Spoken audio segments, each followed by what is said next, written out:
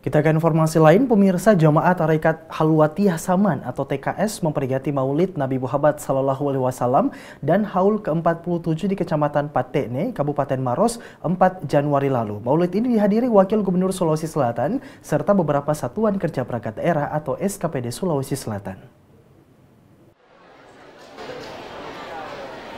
Jemaah Tarekat Halwatiyah Saman memperingati Maulid Nabi Muhammad SAW dan Haul Gausyeh Al-Akbar Haji Andi Muhammad Saleh Puang Lompo ke-47 di Kecamatan Patekne, Kabupaten Maros, 4 Januari lalu. Maulid ini dihadiri Wakil Gubernur Sulsel serta sejumlah satuan kerja perangkat daerah SKPD Sulsel. Wakil Gubernur Sulsel Agus Arifin Nukmang dalam sambutannya mengatakan, dengan memperingati Maulid Nabi, masyarakat Maros khususnya jamaah Halwatiyah dapat meneladani seluruh ajaran Nabi Muhammad SAW dalam menjalankan kehidupan sehari-hari. Pemerintah maupun masyarakat jika menjalankan sunnah Nabi, maka akan menjadi orang-orang yang baik dan saling menghargai dan menyayangi antar sesamanya. Serta untuk pemerintah sendiri diharapkan untuk dapat menjalankan tugas dan kewajibannya dengan lebih baik.